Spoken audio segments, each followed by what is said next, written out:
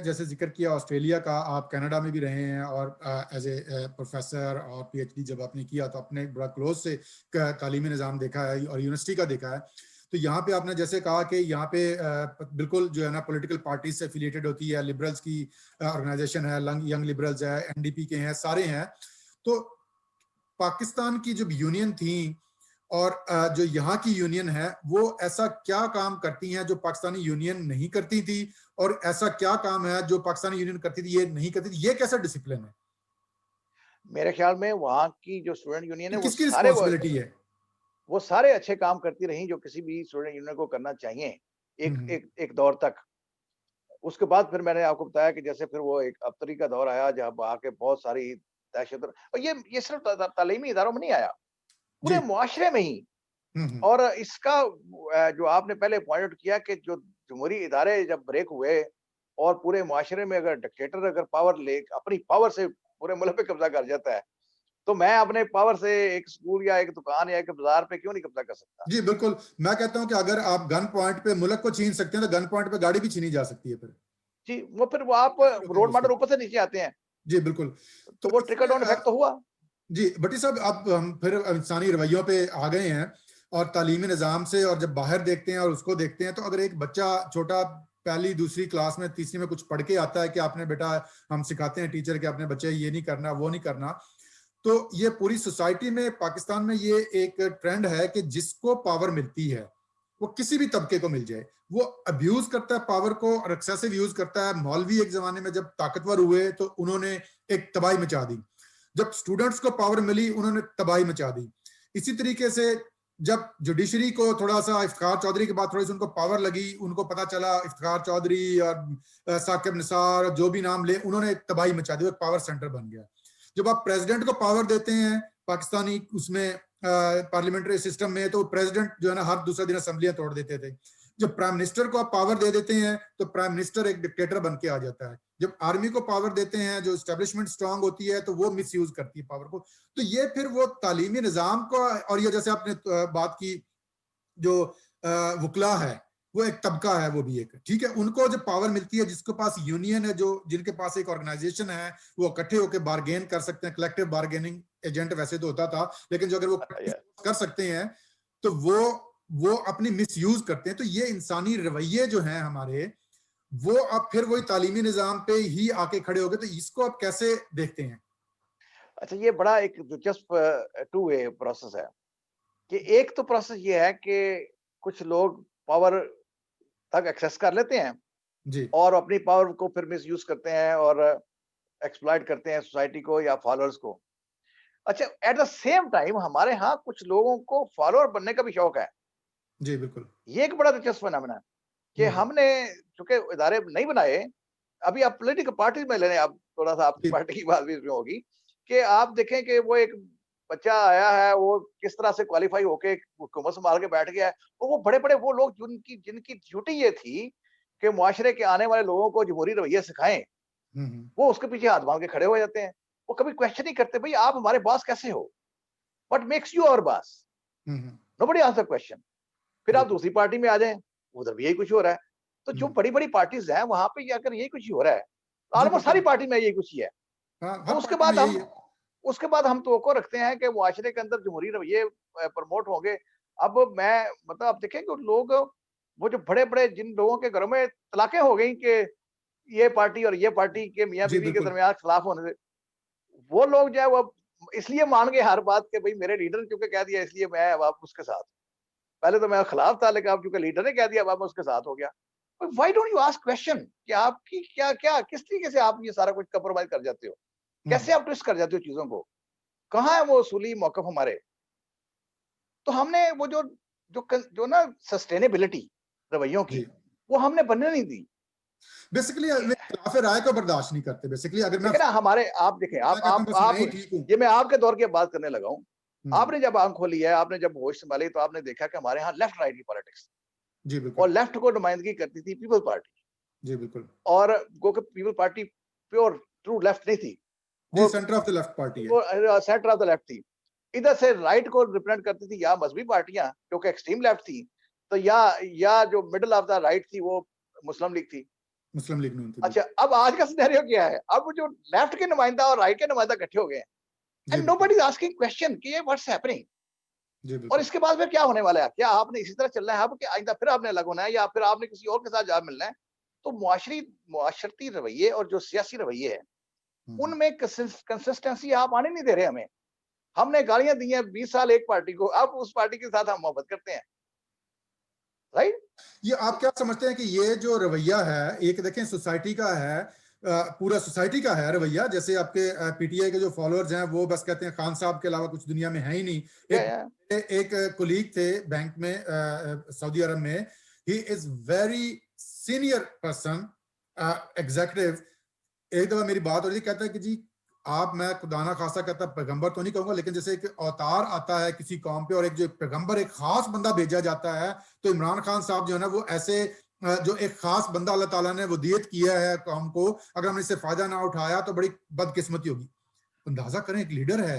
अच्छा तार साहब मेरी बात सुने। बात ये जो ये बात आप स्टेटमेंट कर रहे हैं एग्जैक्टली सेम स्टेटमेंट हर पार्टी के पहले लीडर के साथ हुई है। भुट्टो एग्जैक्टली के मैं साथ भी यही यही कह रहा होती हूँ। थी और मौलाना मदूदी के साथ भी लोगों ने यही यही मोहब्बत का इजहार किया और कायद-ए-आज़म के साथ भी हमने यही मोहब्बत का इजहार किया और इमरान खान चूंकि पहला लीडर है अपनी इस पार्टी का, इसकी अगली लड़ी अभी चली नहीं। जी जी। बात ये कि उसके बाद क्या होना है? पहले तो उसके ठीक है, बाद क्या चलो होगा? पहला पहला लीडर था, बड़ा करिश्मेटिक लीडर था, हमने उसके करिश्मा से मुतासर होके उसको अल्लाह आगे मियां के व्हाट बहुत नेक्स्ट, व्हाट नेक्स्ट, आगे और सेकंड लेकिन सक्सेशन क्या उसके है? बाद क्या भुट्टो के बाद उसके बच्चों ने लीडर बनना है और हमने उसको फॉलो करना है और नवाज शरीफ के बाद नवाज शरीफ के बच्चों ने बनना है और हमको फॉलो करना है और क्या इमरान खान के बाद इमरान खान के बच्चों ने लीडर बनना है और हमने उसको फॉलो करना है। ये क्या हमें सिखाया किया जा रहा है?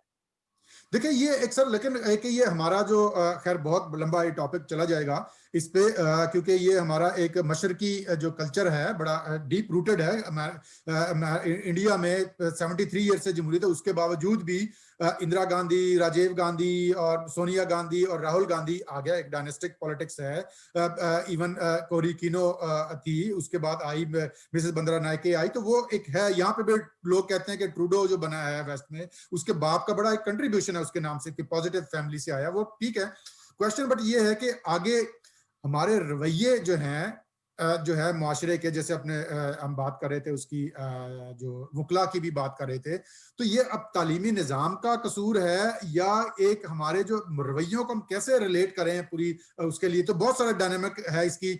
अगर एक एसपी लगता है वो भी ऐसे खुदा बनता है, डीसी भी खुदा है हमारे लिए। अगर एक वो काउंसलर बनता है उसका भी स्टाइल ये होता है कि जब वो गली से निकलता है उसके गले में हार डाला होता है, दो बंदे नारे लगा रहे होते हैं, या एक चौधरी बैठा होता है जिसका थोड़ा सा साफ सुथरा मकान है, उसके पास भी आके लोग आके बैठते हैं, साईं क्या हाल है, नीचे आके बैठेंगे, अपने मसाले बताएंगे, जी मुझे गंदम दे दें या मुझे ये फलां दे दें। वो हमारे का एक बादशाहत एक हमारे दिमाग में छोटे से लेके और बड़े तक फैली हुई है। और इस देखिए आप पहले जब आपने मशर की रवायात की बात की है तो मशरक की जो जो अभी आप जब आपने मैनेजमेंट साइंस भी पढ़ी है आपको पता है कि जो जापानीज मैनेजमेंट को जब हम कंपेयर करते हैं अमेरिकन मैनेजमेंट के साथ जी। तो जापान की मैनेजमेंट में जो खास चीज जो की करेक्टरिस्टिक है वो क्या है कि seniors to be respected, exactly. Seniors are respected. जबकि अमेरिकन में आके सीनियर्स रिस्पेक्टेड नहीं है, वहां पे जो कॉम्पिटेंट है वो रिस्पेक्टेड है। अच्छा, अब अगर हम मशरकी रिवायात की बात करते हैं तो मशरकी रिवायात में तो सीनियर की रिस्पेक्ट थी, जी बिल्कुल। तो हमारी पार्टियों ने वो भी ना किया जी बिल्कुल। कि चलो आप भुट्टो साहब चले गए, जो पार्टी में सीनियर है वो चाहे नाअहल है, ये ऐसे ही जैसे हमारे घर का आपका फादर है या ग्रैंड फादर है, वो चाहे कितने भी नाअहल हो, माजूर भी हो, उनको बड़ा पलंग ही मिलेगा घर में जी बैठने के बिल्कुल। लिए। वो हमारी रवायत का पार्ट है। तो चलो हम्म। आप रवायत का पास ही कर लिया होता तो हम रवायत को आगे चलाते, हमने वो भी नहीं हम्म। किया, राइट? अब जब हमने ये सब कुछ नहीं किया हम्म। और हम बातें फिर करते हैं जमहूरी रवैयों की और जमहूरी तर्ज अमल की और इदारों को मजबूत बनाने की। इदारे तो मजबूत आपने अपने इदारे नहीं मजबूत बनने दिए। जी इदारे बिल्कुल। का कमजोर होना, देखिए ना, वहां एक पुलिस ऑफिसर कनाडा में आपके पास से गुजरता है, यू डोंट इवन केयर। या हमारा एक पुलिस ऑफिसर पुलिस अफसर एक फियर का निशान है, पुलिस आगे तक फियर आपको दिल में आता है। फिर उसी की वजह क्या है कि हमारे यहाँ पावर हंग्री सोसाइटी है, इदारे जी। कमजोर हैं। इदारा जब कमजोर है तो फिर एसएसपी के साथ और एसपी के साथ मेरी दोस्ती होना बड़ा अच्छा होगा। जी अदारा बिल्कुल। कमजोर है तो ऑडिटर जनरल के साथ मेरी दोस्ती बड़ी जरूरी है। क्योंकि इंस्टीट्यूशन वीक है, बैंक मैनेजर मेरा दोस्त है तो मुझे अच्छा लगता है। वो इदारों के कमजोर हो जाने की वजह से इंडिविजुअल पावर गेन किया, वो पार्टियों के अंदर भी और मुआशरे के अंदर भी। जी बिल्कुल। इंडिविजुअल पावरफुल हुए हैं, इदारे पावरफुल नहीं हुए। जी बिल्कुल। और ये डिजास्टर की तरफ जा रहा है थ्रू आउट। अब आगे थोड़ा सा बातें हम करते हैं, ये वकीलों की आपने बड़ी अच्छी बात शुरू की है। जी जी कुछ आपने देखे हैं रिपीटेडली इंसिडेंट हुए हैं वकला के, जी बिल्कुल जहाँ पे लड़ाई झगड़ा और फसाद की बातें हुई हैं, और वकला जो हैं, ये अब मैं प्योरली एजुकेशन की बात पे आ रहा हूँ दोबारा, पॉलिटिक्स से थोड़ा हट के। वकला भी यूनिवर्सिटी के ग्रेजुएट हैं, जी यूनिवर्सिटियों के अंदर तालीम हासिल करते हैं, वहां से उनको एक पोस्ट ग्रेजुएट डिग्री मिलती है, और उस डिग्री के बाद वो अपनी लॉ की प्रैक्टिस करते हैं। आपको यूनिवर्सिटी के डिग्री होल्डर्स का कोई और ग्रो ऐसा नहीं मिलेगा जो ये प्रैक्टिस कर रहा है।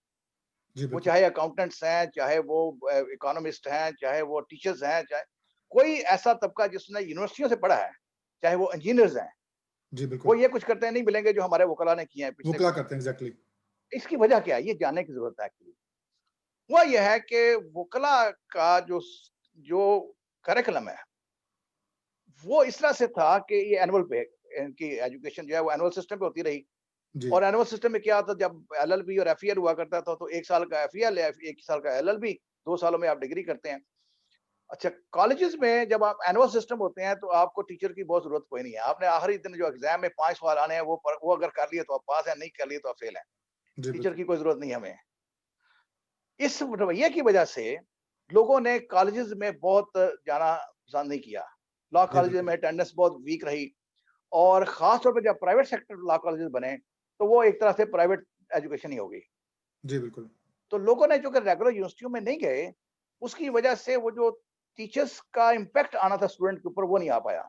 जी बिल्कुल मेरा आप अभी भी ख्याल ये है कि लॉ की जो एजुकेशन है, इसको सेमेस्टर पे आना चाहिए। हम्म, जब ये सेमेस्टर पे आएगी, तो 1-2 साल की डिग्री या 4 साल की आप शायद डिग्री वो कर रहे हैं, तो उस डिग्री में को 20 टीचर्स के साथ उनका इंटरेक्शन होगा। आप खुद सेमेस्टर में पढ़े हैं, आपको पता है जी जो टीचर बिल्कुल के साथ आपकी इंटरेक्शन रही, उन टीचर के साथ आज भी आपके राब्ते हैं। जी बिल्कुल तो एग्जैक्टली आज भी आप कुछ सीखते हैं, कुछ सिखाते हैं, उन टीचर के साथ मिलकर बात करते हैं, आपका एक एक इंटेलेक्चुअल लेवल पे कन्वर्सेशन होती है। ये मिस है, ये एक चीज़ मिस हुई है लॉ की एजुकेशन में। अगर बिल्कुल इसको सेमेस्टर पे ले आएँ, तो वो जो सीनियर वकील हैं, उनका जो रोल मॉडल है, वो पहुँचेगा तालिब इल्मों के पास। जब उनके साथ बिल्कुल मिलके असाइनमेंट करते हैं, प्रोजेक्ट करते हैं, केस स्टडीज़ करते हैं, ग्रुप डिस्कशन करते हैं, प्रेजेंटेशन करते हैं, जी एक कनेक्शन बिल्ड होगा बिल्कुल डेफिनेटली उसमें एक कनेक्शन भी बिल्ड होता है, और उसमें जो पर्सनैलिटी की डेवलपमेंट होती है, जो पार्ट मिस होता रहा, कि हमारा जो बीए का ग्रेजुएट है, उसका जो रवैया है, और एलएलबी के ग्रेजुएट का रवैये में कोई फ़र्क नहीं है, क्योंकि यूनिवर्सिटी ने इम्पैक्ट नहीं छोड़ा उसके ऊपर। जी बिल्कुल यूनिवर्सिटी इम्पैक्ट उस वक़्त छोड़ेगी जब ये सेमेस्टर में कन्वर्ट होगा।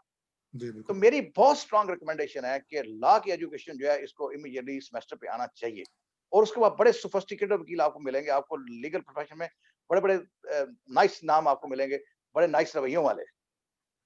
जी बिल्कुल असल में वो नाइस तो मतलब कॉम्पिटेंट लॉयर तो स्टिल है हमारे पास लेकिन रवैये नाइस नहीं है दिस इज द प्रॉब्लम तो भट्टी साहब हमारे प्रोग्राम का वक्त अब खत्म हो रहा है काफी लंबा हो गया है हमारा प्रोग्राम तो इंशाल्लाह आपके साथ एक और प्रोग्राम करेंगे हम प्राइवेट एजुकेशन पे जो है ना उसका क्या रोल है प्राइवेट एजुकेशन का पाकिस्तान की सोसाइटी की बिल्डिंग में एंड नेगेटिव और पॉजिटिव क्या उन्होंने कंट्रीब्यूट किया उस पर इंशाल्लाह नेक्स्ट टाइम प्रोग्राम करेंगे नाजरीन ये था आज का हमारा हाइड part doctor professor Nadeem Bhatti साहब को मैं बहुत बहुत शुक्रगुजार हूं कि उन्होंने टाइम दिया और बड़ी एक इंटेलेक्चुअल गुफ्तगू की तो इंशाल्लाह नेक्स्ट प्रोग्राम में हम उनसे बात करेंगे प्राइवेट एजुकेशन पे आप मेरे प्रोग्राम को हाइड पार्क को देखें चैनल को सब्सक्राइब करें दोस्तों के साथ शेयर कीजिएगा अपना और अपने गिरदनों का ख्याल रखिएगा बहुत बहुत शुक्रिया बहुत शुक्रिया जी, थैंक यू वेरी मच।